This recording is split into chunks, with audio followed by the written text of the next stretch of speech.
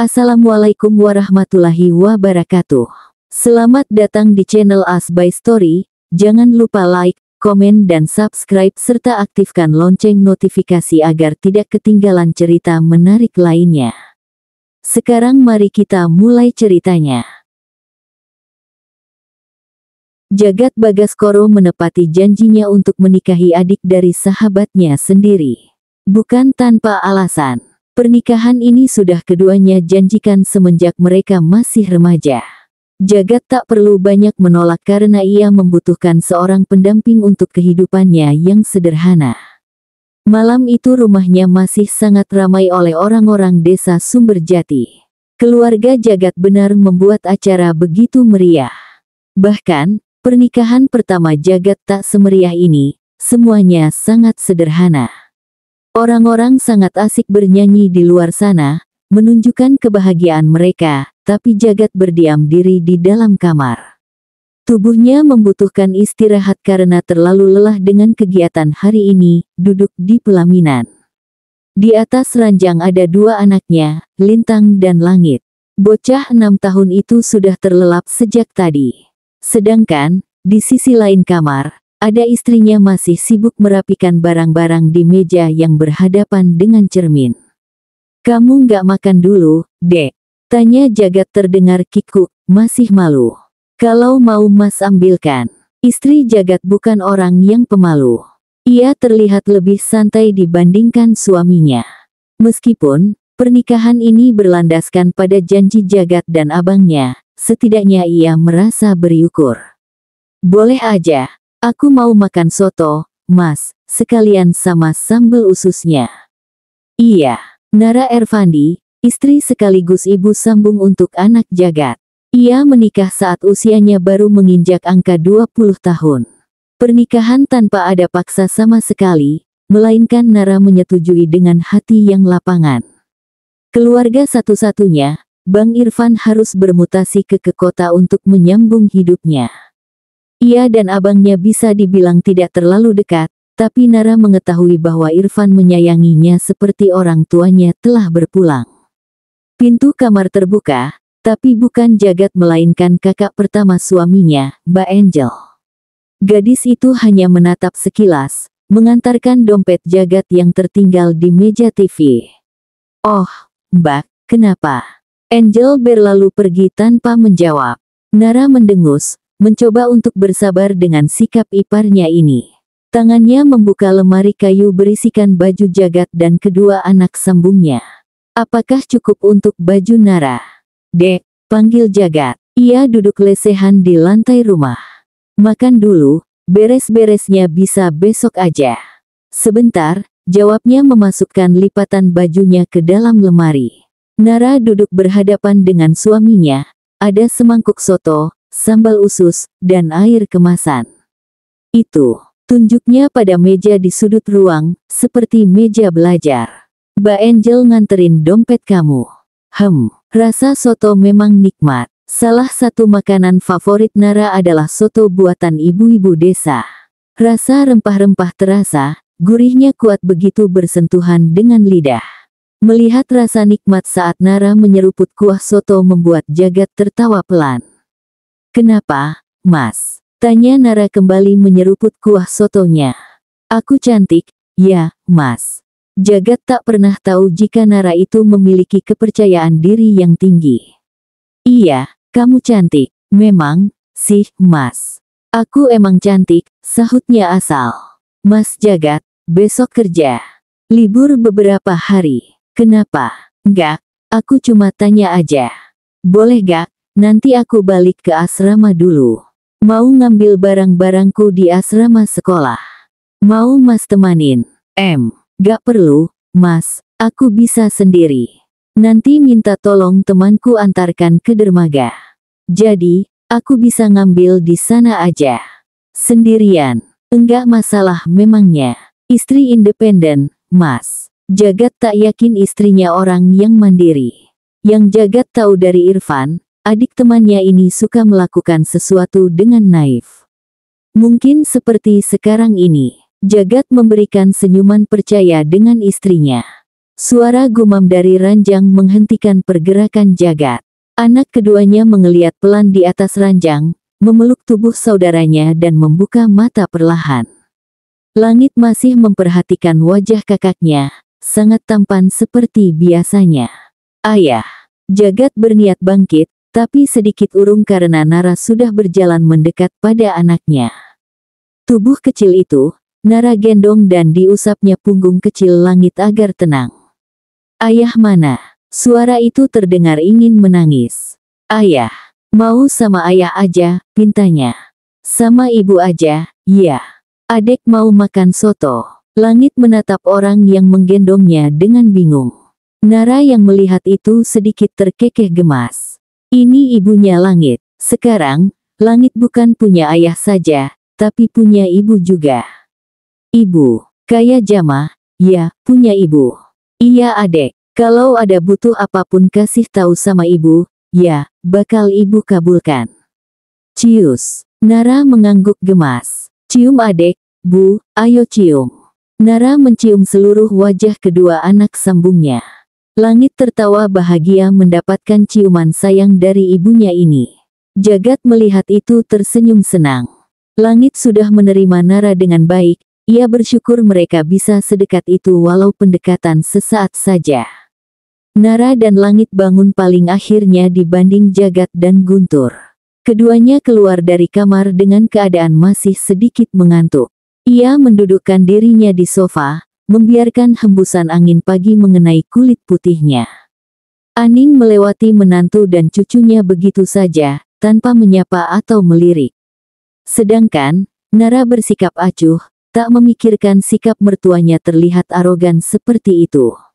Nara berpikir tak ada gunanya meladeni wanita sok kaya itu. Jika, bukan karena Jagat dan suaminya. Aning hanya wanita biasa saja, seperti ibu-ibu desa lainnya tanpa ada embel-embel ibu pemilik kebun cengkeh terbesar, pemilik sawah berhektar-hektar. Ibu, panggil Langit. Kenapa, sayang? Mau susu, adek haus. Anak ini sangat manja pada Nara. Tunggu sebentar, ya, ibu buatkan dulu. Nara berjalan ke arah dapur, meninggalkan Langit menyandarkan tubuhnya pada sofa, masih mengenakan piyama awan miliknya. Rumah Jagat tak terlalu besar, tapi tidak terlalu kecil. Sangat pas untuk keluarga kecil seperti mereka sekarang.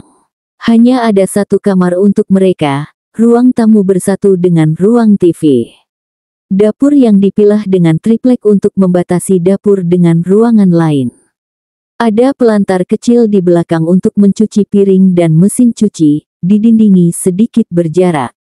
Jadi, orang-orang di belakang rumah masih bisa melihat kegiatan yang dilakukan orang di dalam rumah Jagat ini. Kamu, teriak Lintang pelan. Nara menoleh pada anak kecil ini. Tangannya terulur untuk memberikan usapan pelan pada rambut Lintang. Kenapa, abang? Ayah suruh kamu makan, ucapnya dengan kepala tertunduk malu. Sekarang katanya, lanjutnya dan berlalu pergi dari dapur. Melihat sikap barusan membuat Nara kebingungan. Apa yang terjadi barusan? Anak itu sangat menggemaskan sampai membuat Nara salah tingkah sendiri. Selesai dengan susu rasa madu dari kotak berwarna merah ini, Nara kembali ke depan. Langit masih di posisi awal, tapi ditemani dengan Jagat dan saudaranya. Makan, dek, kata laki-laki jangkung itu. Adek makan nasi dulu sama abang nanti baru minum susu. Ndak mau, Buk. Langit menatap Nara. Gak mau makan nasi. Iya. Nara menatap Jagat, memeriksa perubahan wajah laki-laki itu, tapi terlihat masih sama. Kalau Langit lapar tahu aku aja yang kasih makan, Mas. Iya, dek. Sarapan keluarga Jagat sangat sederhana. Masih ditemani dengan semangkuk soto sebagai menu sarapan. Lintang duduk di hadapan TV, menonton kartu pagi anak-anak, sedangkan Langit duduk di pangkuan Nara sedang makan. Selepas makan, Nara membawa dua anaknya untuk dimandikan. Kamar mandi berada di pelantar belakang, ada bagian sendiri. Handuk Spiderman dan Thomas sudah di bahu masing-masing. Lintang, Langit temani ibu beli keperluan kalian berdua, ya, di warung aja. Lintang diam, masih canggung. Berbeda dengan langit sudah memberikan jempol tanda setuju. Oke, Ibu, makasih. Di dalam kamar mandi, sangat luas untuk kamar mandi. Di belakang pintu ada tempat menggantung handuk. Nanti akan Nara robak semuanya. Abang jangan gituan adiknya, tegur Nara Karya Lintang mendorong punggung langit. Nanti jatuh, ya. Mainnya yang baik aja, sini ibu gosok abang dulu. Kamu sama kayak adek. Lintang masih belum terbiasa memanggil Nara ibu. Harus, dong. Kan, ibu kalian, ya, harus mirip sama anak-anak tampan ibu ini. Selesai mandi dan memberikan baju yang sesuai, tidak seperti tadi siang. Jagat memberikan kemeja tapi bawahnya celana training pada Lintang dan Langit. Sangat-sangat tidak stylish sekali. Mereka harus memiliki family style. Nara membiarkan anaknya bermain di tanah. Langit dan Lintang sudah wangi, bersih, dan rapi. Ibu desa bersyukur dua anak itu sudah ada yang mengurus. Dek Nara, panggil Jagat, memeriksa di dalam kamar. Istrinya masih sibuk di meja yang berhadapan dengan cermin. Kamu ngapain? Pakai moisturizer sama sunscreen. Jagat berdiri di belakang Nara. Kalau sudah kamu turun, ya. Bantuin ibu-ibu yang lain, mereka masih beres-beres. Kalau gak bantu, boleh, gak, Mas? Tanya Nara mencoba bernegosiasi dengan suami. Pinggang aku sakit banget, bantu sedikit aja, dek. Enggak enak, kan? Punya acara kita masa kita gak ada bantu. Oke. Jagat membungkukkan tubuh. Nara tak terlalu memperdulikan, mungkin laki-laki berstatus suaminya ingin mengambil sesuatu. Tapi, Nara merasa benda basah dan sedikit aroma rokok mengecup bibirnya. Nara menatap Jagat juga menatap ke arahnya. Sedikit malu, Nara balas memberikan kecupan di rahang suaminya. Kediaman Jagat sudah sepi, tak ada warga berkumpul untuk merayakan pernikahan. Jagat sibuk sendiri menyusun papan dan balok miliknya ke bawah rumah. Di desa Sumberjati masih menggunakan rumah panggung tinggi, karena desa Sumberjati berada di dataran rendah, membuat mereka takut terjadi banjir. Sungai di belakang desa sering meluap karena curah hujan yang tinggi. Apalagi, desa Sumberjati dikeliling oleh rawa membuatnya rawan terkena banjir. Pagi ini, Nara dan dua anaknya sudah bersiap untuk melakukan aksi hidup sehat. Dimulai dengan jalan santai menuju warung di depan sana. Mau kemana? Tanya Jagat. Laki-laki tinggi berjalan mendekat dan memberikan kecupan sayang pada kedua anaknya. Jalan, kah? Enggak, ayah. Kita mau olahraga sama ibu, sahut Langit merentang tangannya minta digendong. Ayah gendong. Jagat menyipitkan matanya, memastikan. Gerak-gerik istri dan anaknya bukan seperti orang ingin olahraga. Tak memakai sepatu olahraga, tidak menggunakan baju menyerap keringat, training kaos. Kalian beneran mau olahraga? Tanya si kepala keluarga memastikan. Mau belanja? Enggak, kok. Kita mau olahraga. Nara mewakili kedua anaknya. Mas jaga rumah aja. Tunggu. Jagat naik ke atas untuk mengunci rumah dan pagar rumah. Ayo. Ia menggenggam tangan Lintang. Nara ikut menggenggam tangan anak pertamanya kemudian mereka berjalan bersama. Cahaya sang surya menemani keluarga kecil ini berjalan santai, sebagian jalan masih jalan setapak dan ada yang semen, jalan menuju balai desa. Suara sapi diikat di pinggir lapangan membuat Lintang dan Langit heboh. Dua anak ini terlihat kesenangan dengan jalan pagi mereka. Beberapa warga ikut menyapa dan sebagainya ikut menggoda pasangan muda ini. Ibu, aku mau itu. Jari kecil Langit menunjuk pada deretan pop ice yang dijual. Ayah, turun. Nara menahan Langit untuk tetap berada di gendongan suaminya. Ibu sambung itu berkata pelan, sayang, adek, minum es pagi-pagi itu nggak baik, ya. Di rumah aja, ibu buatkan. Langit menampilkan wajah sedihnya. Melihat respon adiknya sedih membuat Lintang merengut. Tidak ada yang melarang mereka ingin mengonsumsi apapun. Biasanya, saat jalan dengan tantenya, Sheila, selalu dibelikan es yang ada di dalam kresek. Tapi nenek selalu kasih itu, kok, sahut Lintang. Kenapa ayah sama kamu, ibu marah?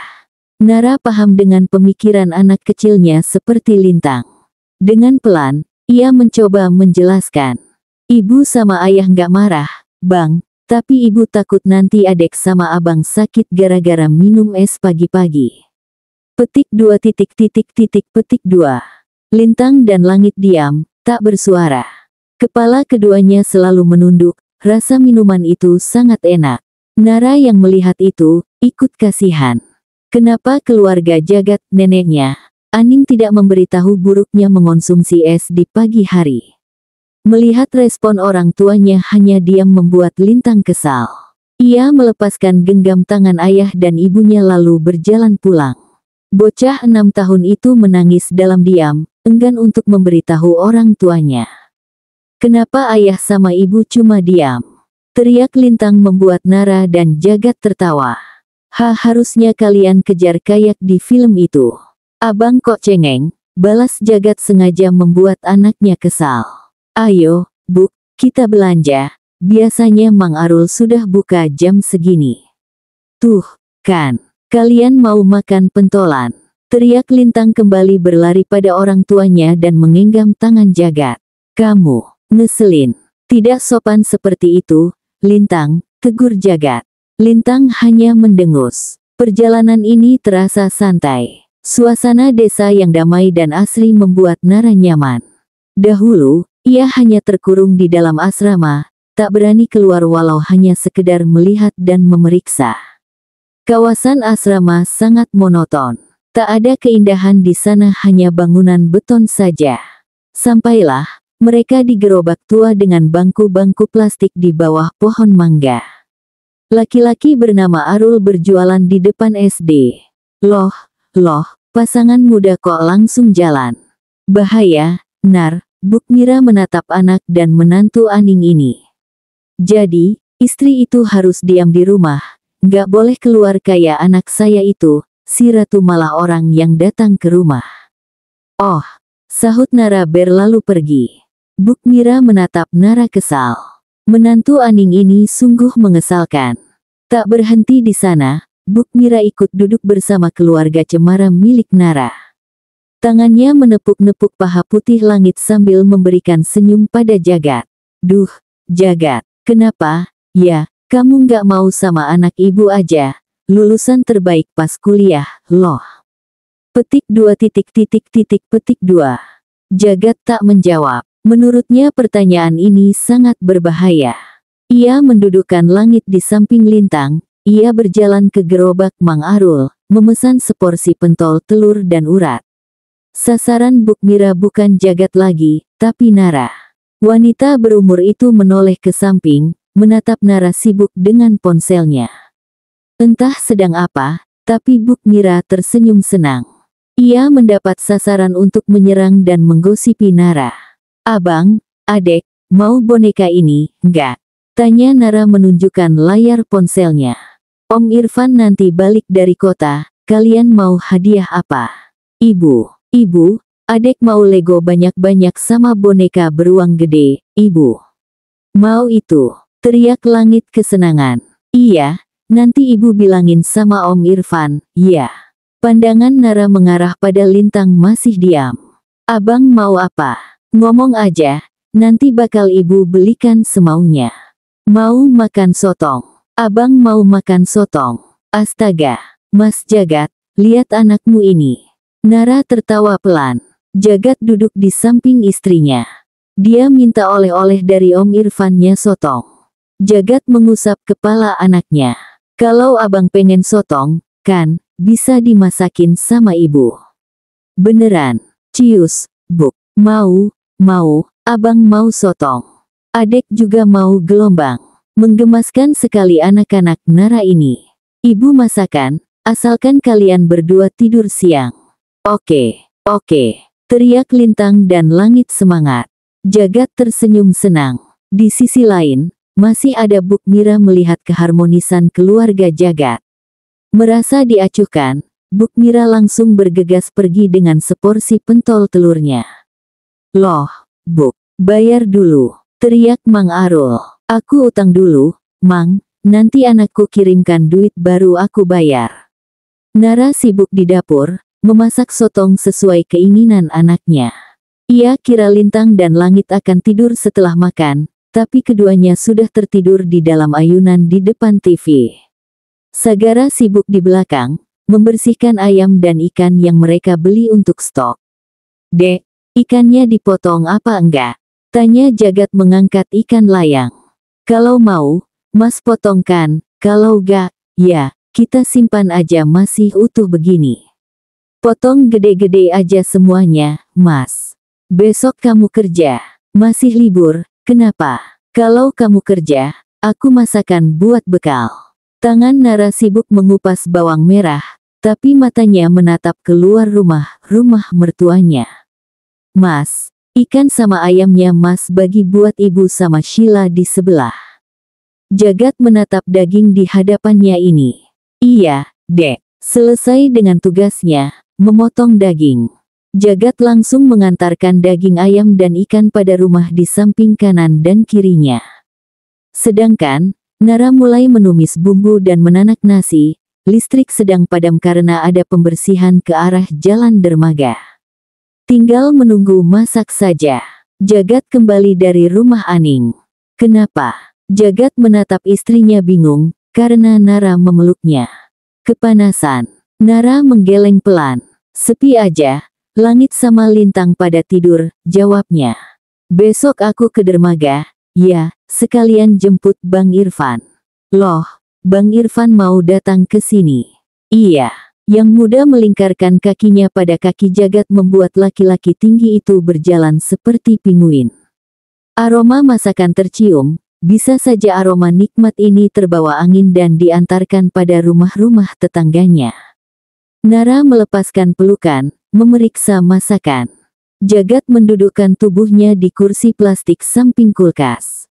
Menurut informasi dari temannya, pemadaman listrik berlangsung cukup lama, jam 4 nanti baru hidup dan ini baru jam 12 jam 0 menit 5 detik. "Mau minum apa?" tawar Nara mengangkat masakannya. "Nggak ada es." "Enggak usah." Nara dan Jagat kembali ke depan TV. Berbaring bersama sambil menikmati tontonan di ponsel, Nara sibuk melipat baju suami dan anaknya. Ternyata Jagat tidak terlalu memperhatikan anak-anaknya karena kesibukan bekerja. Bahkan, Nara menemukan baju milik 3 orang ini ada bintik-bintik hitam. Pasti terlalu lama tidak cuci dan berkeringat. "Jagat!" teriakan dari luar mengagetkan Nara. "Jagat, teman suaminya, kah?" Nara membukakan pintu. "Kenapa, Wan?" "Iwan suami dari Sheila." "Suamimu mana?" "Tidur, Wan." "Kenapa memangnya?" "TCK." Laki-laki itu berdecak pelan. "Bilang sama suamimu itu, kerja, jangan malas." Nara tahu jika Jagat bekerja di kandang sapi milik keluarga. Dan yang bos bukan anak Pak Dadang, ayah Jagat, tapi orang dari luar desa, Yuda.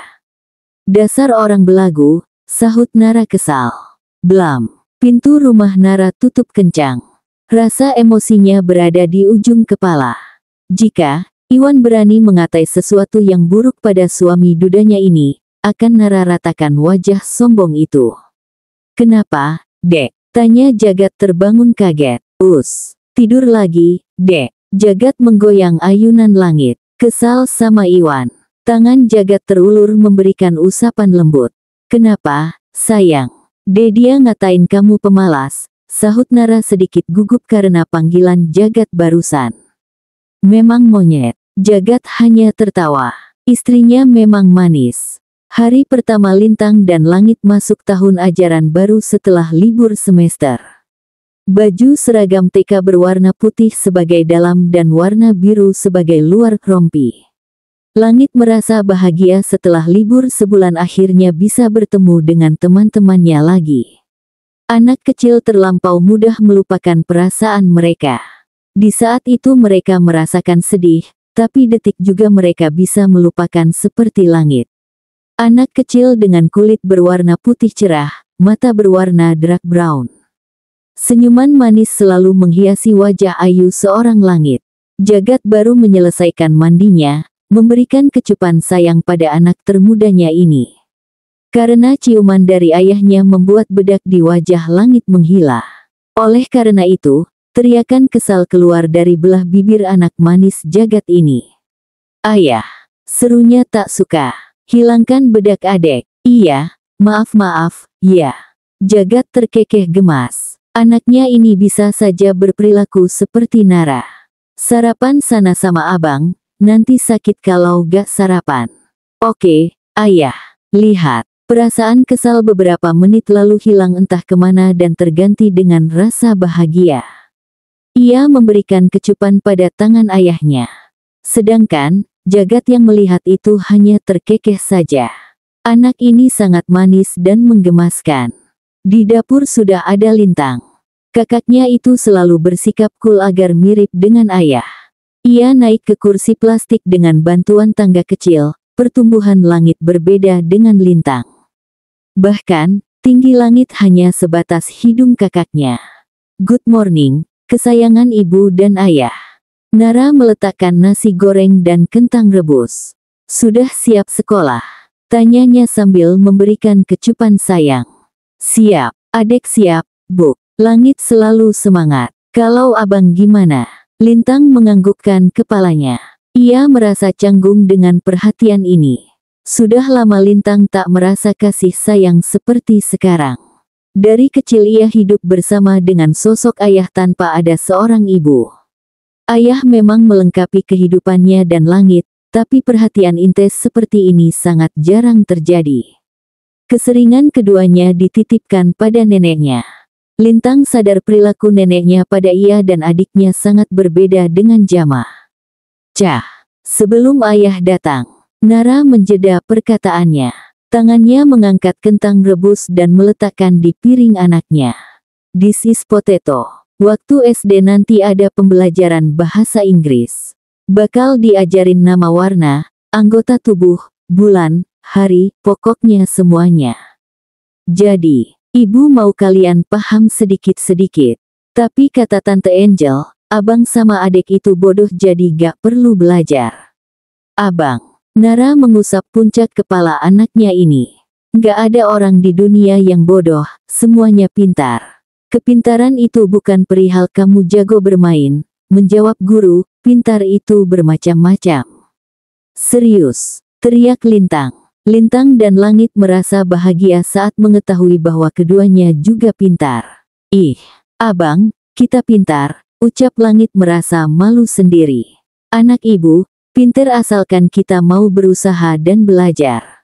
Oke, ibu," sahut keduanya dengan semangat. Jagat menatap perbincangan di meja makan dengan bahagia. Nara berusaha dekat pada anak-anak. Ia tak tahu, Lintang dan Langit memiliki rasa minder pada sendiri karena saudaranya.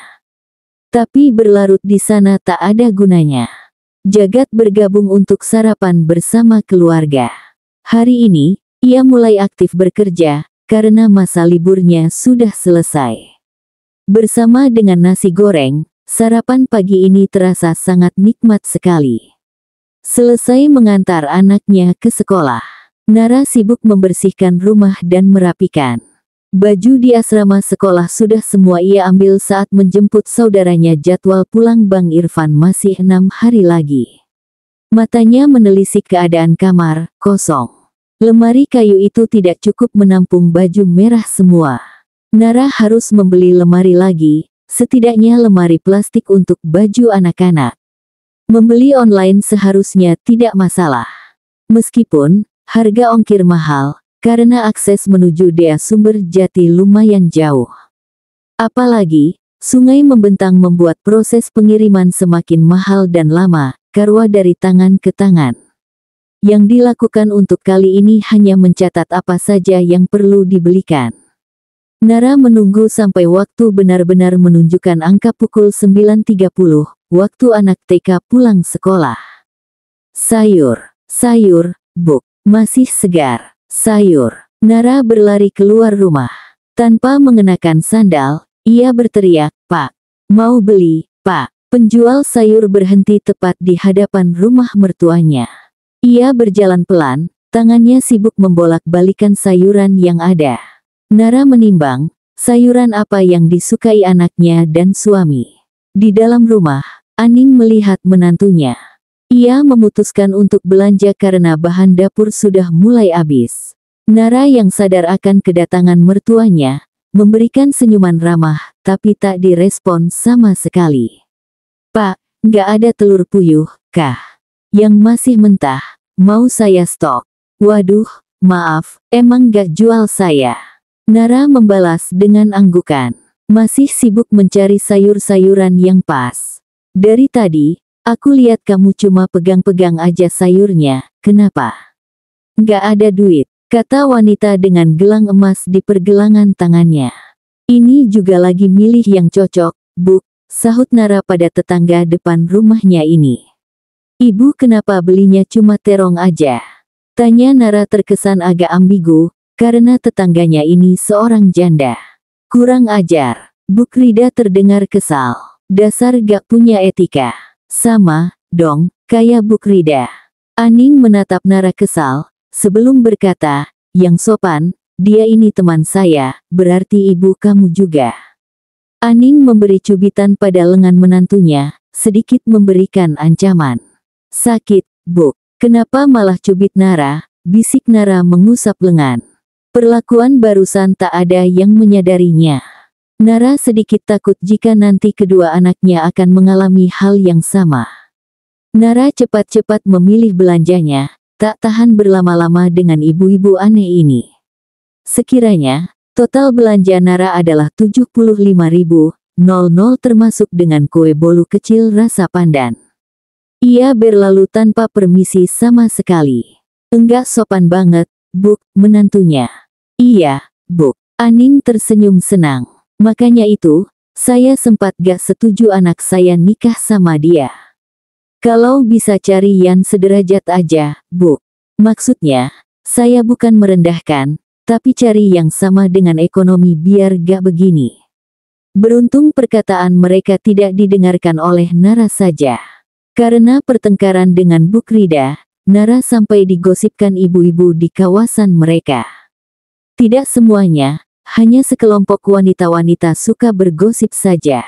Bahkan, perkataan pedas dan nyelekit itu sampai ke telinga Jagat. Melihat istri digosipkan oleh ibu-ibu, Jagat berniat bertanya. Tapi jawaban istrinya sedikit santai. Nara mengatakan bahwa permasalahan datang dari ia yang membalas perkataan Bu Rida. Bukan hanya masalah gosip, Nara tak punya etika. Melainkan, gosip tentang Nara yang membeli baju-baju baru untuk anak-anak. Nara tidak membeli baju baru. Baju-baju itu hadiah dari teman asrama saat di kota waktu bersekolah dahulu. Tentu saja, Nara menerima pemberian orang padanya, tak mungkin ia menolak perbuatan baik temannya. Bajunya bukan baju mahal sampai dari merek terkenal. Hanya baju anak-anak biasa saja, seperti kaos, piyama, jaket dan celana dengan bahan lembut dan nyaman. Laki-laki ini belum melakukan aksi apapun sudah menjadi bahan gosip. Bagaimana saat ia membeli lemari baru nanti? Apakah ibu-ibu ini akan mengeroyoknya? Ya, mari kita kembali pada kegiatan mini family ini. Lintang dan Langit sudah asik bermain di samping rumah, menemani ibunya menanam sayur-sayuran. Mas Jagat, teriak Nara dari bawah rumah. Mas, kenapa, Dek? Jagat muncul di jendela samping, melihat kelakuan anak dan istrinya. Kenapa? Air, aku haus. Jagat menganggukkan kepalanya. Berlalu ke dapur, mengambil tumbler berwarna biru langit. Ia ikut menyusul, bersantai bersama di samping rumah. Timbunan daun mangga sudah dibakar oleh Nara. Ini, sayang. Tumbler berpindah tangan. Makasih. Lintang yang mendengar perkataan ayahnya pada sang ibu langsung mengikuti. Ini, sayang, bisiknya agar tidak ketahuan Jagat. Lintang menyandarkan tubuhnya di punggung Nara. Sayang gelombang. Ayah, panggil Nara berniat untuk mengadukan kejahilan anaknya ini. Ayah, abang jahil, Nara tak sempat menyelesaikan kalimatnya, karena mulutnya lebih dahulu ditutup. Ibu diam. Jagat hanya menatap bingung. Tangannya sibuk dengan parang miliknya, membuat mainan pedang-pedangan dari sisa papan untuk anaknya. Jagat dan keluarga kecil menikmati waktu sore dengan bersama. Melakukan hal-hal kecil menjadi momen untuk anaknya kelak saat dewasa. Lintang dan langit bermain dengan bahagia, berpura-pura menjadi kesatria, melawan pohon mangga di hadapan keduanya. Orang tua anak kembar itu hanya menonton. Perasaan bahagia bisa Jagat rasakan, ia tak perlu berbuat dengan berlebihan ataupun dengan hal mewah. Keluarga sederhana sangatlah mengasihkan baginya. Bisikan tetangga bukan masalah. Karena keluarga Jagat, keluarga bahagia tanpa peduli omongan murahan. Bersambung.